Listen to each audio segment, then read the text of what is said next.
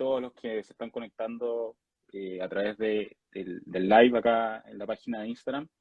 Primero que nada, darle la bienvenida a Germán González por aceptar y por estar acá hoy día con nosotros. Y bueno, contarles primero que nada que desde la Fundación Chile se Educa siempre estamos en busca de disminuir las brechas existentes en el país a través de la educación cívica y financiera, con el objeto de trabajar por un Chile más participativo, libre, informado y equitativo. En este sentido, hoy día les traemos a ustedes esta entrevista con la idea al final de informarlos un poco respecto del panorama económico del país, ¿verdad? Y vamos a abordar ahí tres temas súper importantes. Y es por esto que hemos invitado a Germán González, que es economista de la Universidad Católica, con una amplia trayectoria, tanto en el sector público como privado. Germán González es ingeniero comercial y magíster en economía en la Universidad Católica. Actualmente es coordinador macroeconómico de CLAPES-UC y también es consejero del Consejo Fiscal Autónomo de Chile y es profesor en el Departamento de Derecho Económico de la Facultad de Derecho de la Universidad de Chile. Anteriormente fue coordinador macroeconómico y jefe de asesores del Ministerio de Hacienda, siendo también economista principal del BBVA, economista senior en Saler y compañía y economista en el Banco Central de Chile. Muy bienvenido, Germán, al live. Bueno, muchas gracias por la invitación y feliz de estar acá con ustedes hablando de economía. Excelente. Partamos entonces con el primer tema, que es la inflación. La inflación, ¿verdad? Es un tema que está en la noticia en todos lados, no solo en Chile, sino también en varios países alrededor del mundo. A nivel local, en abril, a modo de contexto, en abril la inflación en 12 meses registró un 10,5% y está teniendo efectos súper significativos no solo sobre las familias, sino también sobre las empresas, ¿verdad? Entonces, es en este contexto, para que al final las personas que nos están viendo hoy día y para los que lo vean después que esto va a quedar grabado, para que entiendan un poco mejor este fenómeno, partamos primero por lo básico y tratar de entender al final qué es la inflación y cuáles son las causas de esta inflación que hoy día vemos que es tan elevada. Bueno, la inflación es el alza generalizada del nivel de precios de la economía. Se mide a partir del índice de precios al consumidor, que es una variable que mide el Instituto Nacional de Estadística todos los meses, a partir de una canasta de consumo de una familia representativa. El INE hace una encuesta, que se llama encuesta de presupuestos familiares, y le pregunta a la familia del país en qué gastan sus ingresos mensuales, ¿verdad? Y con eso construye una canasta en un momento del tiempo. Y luego a lo largo del tiempo le hace seguimiento a los precios de esa canasta de productos. Eso es bien importante porque la forma de construcción, me refiero, porque supone que las personas siempre, digamos, en promedio consumen lo mismo, ¿verdad? Hasta que no se hace una nueva encuesta de presupuestos familiares. Y lo que se hace mensualmente cuando vemos la cifra del IPC es que el INE reporta qué pasó con el índice de esa canasta, el índice de precios de esa canasta, y cuál fue la variación mensual y la variación en 12 meses de ese índice de precios. Y eso es lo que llamamos inflación, a la variación porcentual, ya sea mensual o en 12 meses, del índice de precios al consumidor. Y esa inflación, como tú bien decías, Pato, está en estos momentos en 10,5%. El aumento en 12 meses de la inflación es 10,5%, que es una cifra bien alta, ¿verdad? Porque el Banco Central, que es el encargado de la estabilidad de precios en nuestro país, tiene una meta de inflación de 3%. Entonces, esto es más de 3 veces la meta del Banco Central. O visto de otra forma, la inflación de abril, que fue 1,4%, es la mitad de la inflación que uno debería tener en un año normal de inflación. O sea, estamos hablando de cifras muy atípicas, muy altas, que tienen un componente global y tienen también un componente interno.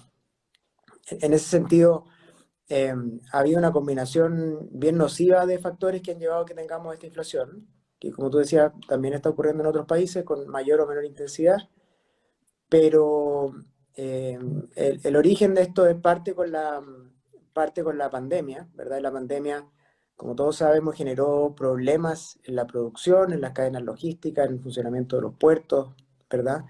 Y por lo tanto empezamos a tener problemas en la cadena de suministro, en la provisión de insumos para distintos sectores productivos, y eso generó un problema de escasez que partió generando esta presión al alza sobre los precios. Después, a eso se sumó una serie de estímulos sobre la demanda, ¿cierto? Y ahí, en ese caso, en Chile fuimos campeones, no sé si campeones del mundo, pero fuimos uno de los líderes en medidas de estímulo, no solo por las transferencias fiscales, que fueron bien generosas, especialmente el año 2021. Me refiero al IFE universal, donde se transferían 3.000 millones de dólares mensuales a los hogares, prácticamente, digamos, la mayoría de los hogares chilenos, sino que además tenemos los retiros de fondos previsionales, que también inyectaron liquidez por más de 50.000 millones de dólares, y eso generó una presión sobre la demanda en una economía donde la oferta estaba restringida. Entonces, así fue como partió este proceso inflacionario, y a partir de este año se ha ido sumando otra cosa, que es el impacto de la guerra, la invasión de Rusia a Ucrania, que está generando una presión adicional sobre los precios, principalmente de la energía y de los alimentos, ¿verdad? Y eso, eh, por otro lado, China todavía no sale bien de la pandemia, sigue teniendo restricciones ocasionadas por rebrotes que tiene, y por lo tanto estamos aquí en medio de un proceso de alza de precios que, como digo, tuvo un origen principalmente interno, también lo dijo el Banco Central en su último informe de política monetaria, un origen principalmente interno, pero lo cual se ha ido sumando un choque externo bien relevante, ¿verdad? Y tenemos esa combinación de factores que nos lleva a tener la inflación donde está hoy día. Muy, muy completa tu explicación, Germán. Muchas gracias. Y en ese sentido, dado todos los antecedentes que tú mencionas, ¿cómo ves este escenario hacia adelante? Al final, ¿crees tú que la inflación ya tocó su techo? Y en caso de que no creas que es así, ¿cuándo crees que lo haría? O sea, ¿cuál es Mm. más o menos tu visión respecto de este escenario inflacionario que tenemos hoy día? Mira, aquí yo creo que lo primero que es importante decir es que estamos en un escenario de altísima incertidumbre, una incertidumbre mayor a lo habitual, y por lo tanto yo creo que hay que ser bien cauto al momento de hacer proyecciones. Nos hemos equivocado mucho, analistas, el Banco Central, ¿verdad? Nadie esperaba hace algunos meses atrás que hoy día la inflación estuviera donde esté, y por lo tanto, digamos, hay que tener un poquito de vergüenza al momento de hablar de la proyección hacia adelante. Ahora, con todo eso, uno no puede decir que no tiene información, porque hay información, hay precios de activos, ¿verdad? Hay gente que apuesta plata en las proyecciones de inflación y que está jugando, digamos, parte de su patrimonio ahí. Y hay analistas que hacen proyecciones, yo no me dedico específicamente a eso, pero digamos, ¿qué es la información que tenemos hoy día? La información que tenemos hoy día apunta a que la inflación va a seguir alta por lo menos los próximos 3 meses, y que va a pasar de 10,5%, como tú mencionabas al principio, en abril, a tasas en 12 meses cercanas al 12% en los próximos 2 meses. Ya estamos con una inflación hoy día que es la más alta desde mediados de los 90, ¿verdad? Y por lo tanto las expectativas de corto plazo es que vamos a tener más inflación todavía, por lo menos los siguientes 3 meses, como decía. Pero de todas maneras, tenemos que tener en cuenta que la inflación es cíclica, ¿verdad? Yo no creo, como se ha dicho por ahí, que tengamos que acostumbrarnos a tener una inflación alta de forma permanente. Yo creo que la inflación va a caer, va a acercarse a la meta del Banco Central de 3%. Ese proceso debiera continuar, perdón, debiera partir hacia fines de este año y continuar durante el próximo. Ahora, uno típicamente hace proyecciones donde este proceso es gradual, pero muchas veces esas proyecciones se ven sorprendidas. Por ejemplo, el 2008, ¿verdad? En octubre del 2008, la inflación llegó a 9,9%, y la expectativa de inflación a 2 años era que la inflación iba a seguir alta, que iba a desanclarse de la meta del Banco Central, y el 2009 tuvimos inflación negativa. Tuvimos una recesión también, ¿verdad? Pero inflación negativa. Eh, y, y esperemos que esta vez no sea vía una recesión, sino que solo vía una desaceleración económica, lo que nos permita que la inflación vuelva a niveles más normales. Yo creo que eso debería partir ese proceso a fines de este año y continuar, como digo, durante el 2023. Perfecto, queda súper claro. Yo creo que la inflación es un tema del cual podemos hablar harto rato, ¿verdad, Germán? Un tema Así es. muy, muy, muy importante. Pero bueno, me gustaría igual pasar en honor al tiempo al segundo tema que tenemos para esta entrevista, que es la política fiscal. Y me gustaría Ujú. partir un poco desde lo más, bueno, de lo más básico y sobre todo aprovechando de que tú eres consejero del Consejo Fiscal Autónomo de Chile, ¿verdad? No sé si nos puedes explicar desde lo más básico qué es el Consejo Fiscal Autónomo y qué es lo que hace al final para que la gente que no está muy familiarizada con el Consejo entienda su rol. Sí, mira, este consejo parte con una recomendación que hizo un comité de expertos del año 2011 en Chile, el llamado Comité Corvo, donde había economistas transversales que revisaron el marco fiscal chileno y propusieron la creación de un consejo fiscal. Un consejo fiscal que básicamente, bueno, en el mundo tienen distintas funciones, pero asesoran a los ministros de Hacienda, eh, velan en algunos casos, como en el caso de Chile, por la sostenibilidad de las finanzas públicas. Y yo te diría que tienen un rol comunicacional muy importante eh, y un rol técnico, ¿verdad? Una comunicación de los riesgos fiscales desde el punto de vista técnico. Eso es algo que hacemos desde el Consejo Fiscal. Eh, porque muchas veces, ¿verdad? La política fiscal está conducida naturalmente por el gobierno, el Consejo Fiscal ahí no interviene, pero el gobierno representa a un sector político determinado, elegido democráticamente, pero eso se presta para que muchas veces las discusiones en materia fiscales se politicen, ¿verdad? Entonces, la creación de consejos fiscales junto con asesorar a los ministros de Hacienda viene también a ayudar a esa comunicación técnica de aspectos fiscales, alertar sobre riesgos desde un punto de vista técnico de nuevo, ¿cierto? Creo que eso es importante. Y un poco sacar el componente político de la discusión fiscal, eh, y ese es un poco el rol que tenemos. Me salté un poco la parte de la historia. Te decía que en 2011 se hace la primera recomendación. Después se crea un Consejo Fiscal Asesor por decreto el año 2013.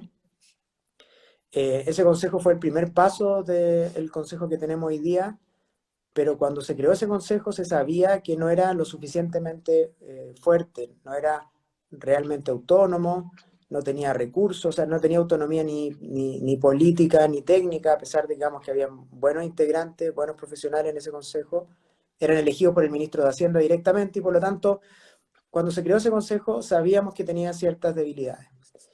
Entonces, bueno, lo que hicimos después del año, yo estaba en Hacienda el año 2018, es que mandamos un proyecto de ley para crear por ley, ¿cierto? Por primera vez un Consejo Fiscal Autónomo, que es la institución que existe hoy día. Ese proyecto, esto es bien importante que la gente lo sepa, se discutió rápido en el Congreso. En 6 meses se aprobó y eso demuestra varias cosas. Pero por un lado, es que en el Congreso había consenso transversal de la necesidad de tener esta institucionalidad.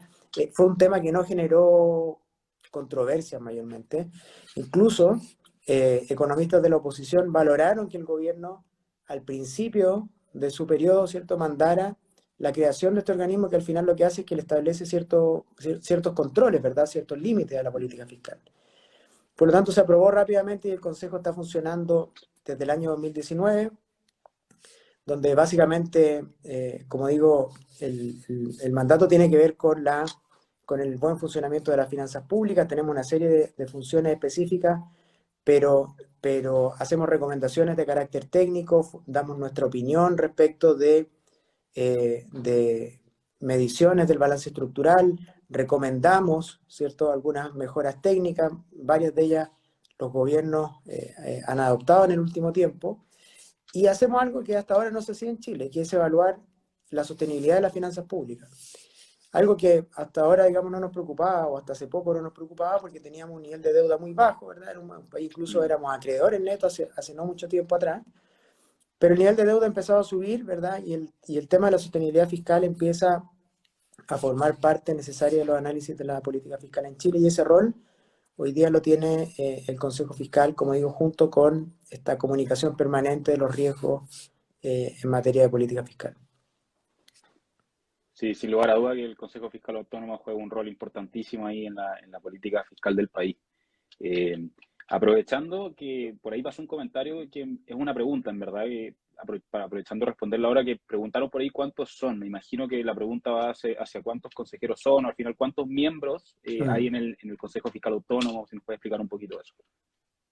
mm.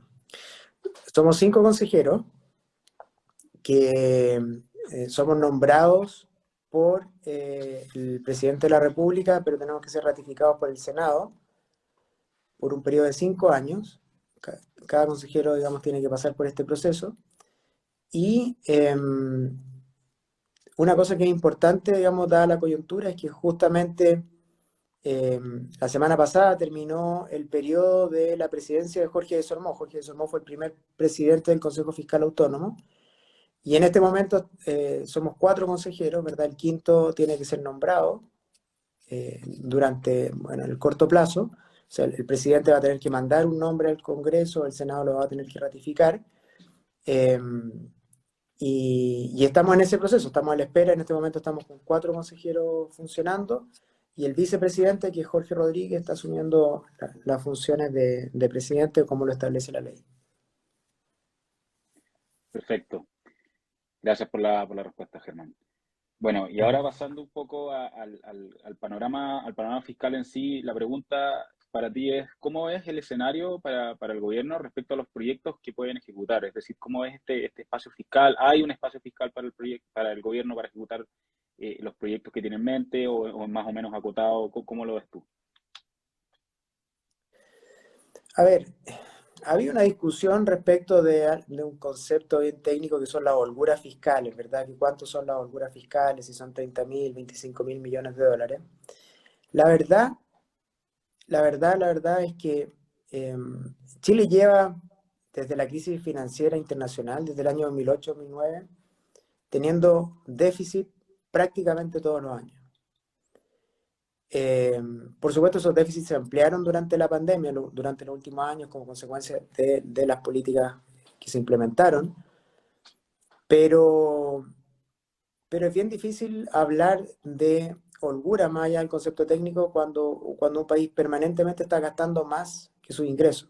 Eso es lo que está ocurriendo todos los años en Chile. Va a ocurrir este año, el año anterior, y hace varios años que venimos con lo mismo. Entonces, creo que más allá del concepto de holgura, es que uno podría decir que existen técnicamente, ¿verdad? Lo cierto es que todos los años el gobierno gasta más que sus ingresos.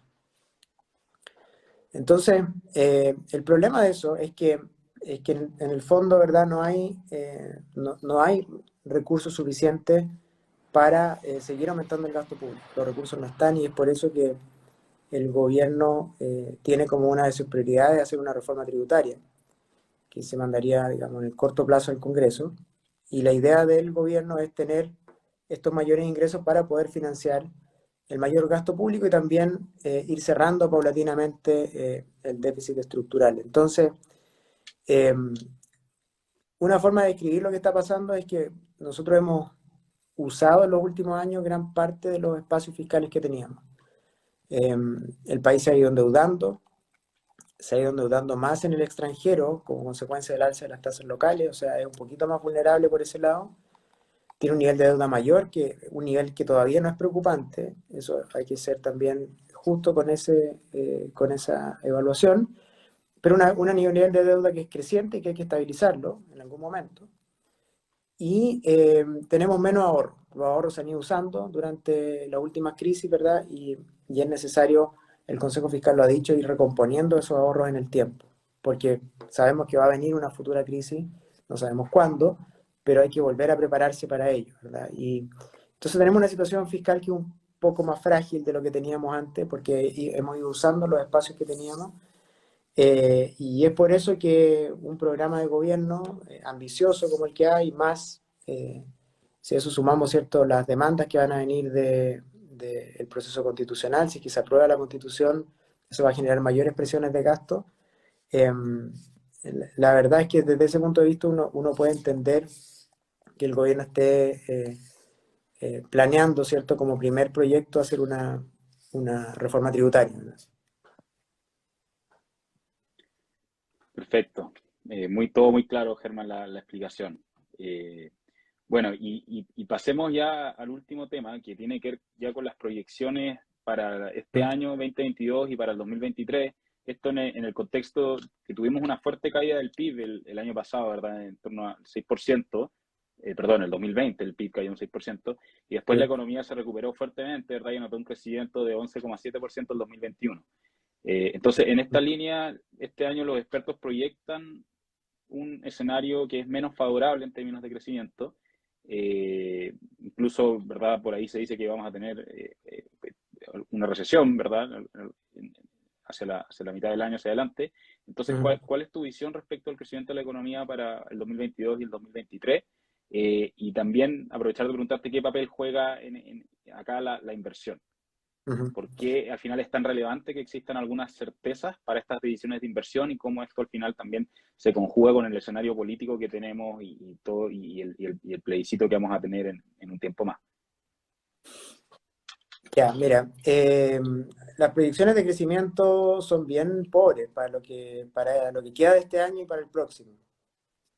Piensa que la visión de consenso es que este año Chile va a crecer 1,5%. Y el primer trimestre el producto creció 7,2% en 12 meses. Entonces, para crecer 1,5% en el año, entonces, eso quiere decir que vienen 3 trimestres bajos en materia de crecimiento. Dicho de otra forma, hablando del concepto de recesión que tú me mencionaste, el primer trimestre la economía ya cayó respecto del trimestre anterior, o sea, ya hubo una contracción. Y es muy probable que el segundo trimestre de nuevo haya una contracción y por lo tanto vamos a estar hablando en algunos meses más de recesión técnica, que el país está en una recesión técnica. Ahora, es importante matizar un poco eso, de nuevo, para hacer, digamos, el análisis correcto. La economía viene cayendo de un nivel extraordinariamente alto, de un nivel insostenible del año 2021. El año 2021, las políticas expansivas, ¿verdad? Cuando veníamos saliendo de la pandemia, generaron un sobrecalentamiento de la economía, que como hablábamos al principio fue la base del aumento de la inflación. Y claramente esas políticas, ¿verdad? Los retiros de fondos previsionales, el IFE universal y todo aquello que se implementó el año pasado, es algo que no se va a sostener en el tiempo y por lo tanto es necesario, es sano que se produzca este ajuste que estamos teniendo. El riesgo es que se nos pase la mano y que tengamos un sobreajuste, que tengamos una caída mucho mayor de la que deberíamos tener, ¿verdad? Y ahí el rol de la política monetaria es importante, que el Banco Central va a tener que calibrar bien el retiro del estímulo monetario y si ve que la economía se está enfriando muy fuerte, va a tener que bajar las tasas, ¿verdad? Eso es algo que podría ocurrir a fines de este año. Pero el escenario de crecimiento es bien malo. Las propias predicciones del Banco Central apuntan a que este año va a caer el consumo y también va a caer la inversión. Pero cuando uno ve las cifras del primer trimestre, da la impresión que el consumo se ha mantenido bastante resiliente, es decir, no ha caído como uno hubiese esperado. Y eso en parte porque todavía quedan recursos, quedan del orden de 12.000 millones de dólares en las cuentas corrientes o en las cuentas vistas, ¿cierto? De las personas que tuvieron liquidez el año pasado. Eso está sosteniendo todavía el consumo. Así que todavía no tenemos un ajuste en el consumo, pero sí estamos viendo en distintos indicadores un ajuste de la inversión. La inversión suele ser más volátil, así que eso no nos debiera extrañar tanto, pero la importancia de la inversión, que es lo que tú me preguntas, bueno, radica, yo diría, en el potencial de generador de empleo que esto tiene. La inversión va acompañada típicamente por empleo, por generación de empleo, y también porque la inversión permite que la capacidad de crecimiento de la economía aumente, ¿verdad? Nosotros tenemos un crecimiento tendencial, ¿verdad? Nuestra capacidad a mediano plazo de crecer es bien baja, 2,5%, en torno a eso. Y sin inversión, esa capacidad, digamos, nuestra capacidad productiva se ve limitada, ¿verdad? No podemos expandirla si es que no hay inversión. Y efectivamente el escenario para la inversión es bien malo. Si uno mira distintos indicadores del sector inmobiliario, la confianza del sector construcción, ¿verdad? Los permisos de construcción hacia adelante o los proyectos están bastante paralizados. Y eso es un factor bien negativo que debiera preocupar. Creo que ahora desde el gobierno se están tomando algunas medidas recientemente, pero creo que se debería ser un tema prioritario eh, porque sin inversión, como digo, no hay empleo y no hay capacidad de crecimiento. Ahora, también relacionado con tu pregunta, en este caso la certeza es súper importante, la certeza jurídica, la certeza tributaria y bueno, hoy día tenemos muy poco de eso. Tenemos muchas cosas que se están discutiendo al mismo tiempo, tenemos el debate constitucional que todos sabemos, eh, que está cambiando las reglas del juego en diversas dimensiones. Vamos a tener en los próximos semanas o un par de meses, vamos a tener un proyecto de reforma tributaria bien agresivo que aumenta la recaudación en más de 4 puntos del PIB. Eh, y así, una serie de otras reformas, vamos a tener reformas laborales, reformas de pensiones, y por lo tanto, el punto acá que quiero hacer es que eh, no es que para hacer un proyecto de inversión uno tenga que tener certeza absoluta, siempre los inversionistas corren riesgo, ¿verdad? Pero estamos en una situación particularmente excepcional, que lo racional es que las empresas, digamos, esperen hasta tener más información, más claridad de las reglas del juego antes de iniciar sus proyectos de inversión. Y por eso hoy día estamos en un escenario de inversión básicamente paralizada, ¿verdad? Por esa incertidumbre que estamos teniendo. Y ahí creo que faltan señales claras. Una cosa más nomás, el gobierno ha hecho varias cosas para aliviar a los hogares en materia de aumento de precios. Transporte público, tarifa eléctrica, eh, y eso está bien, creo que está bien en el corto plazo. Pero la política pública de más largo plazo tiene que ser la generación de empleo. Y eso sin inversión es bien difícil que sea probable. Y ahí yo creo que ha faltado un poco de mayor énfasis en los anuncios. Vivienda, obras públicas, por ejemplo, creo que ahí el gobierno tiene harto que hacer junto con el sector privado.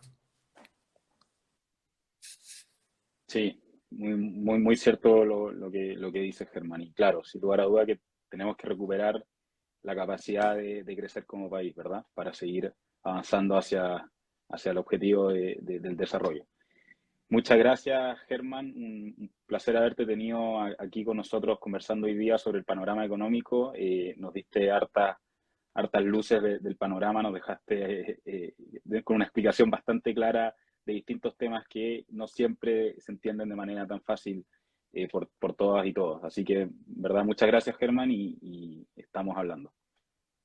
No, al contrario, gracias a ustedes por la invitación y sigan haciendo esto que es muy interesante y muy necesario. Felicitaciones por eso y cuando quieran conversamos de nuevo. Que estén muy bien. Muchas gracias, Germán. Hasta luego. Chao, Chao, chao. chao.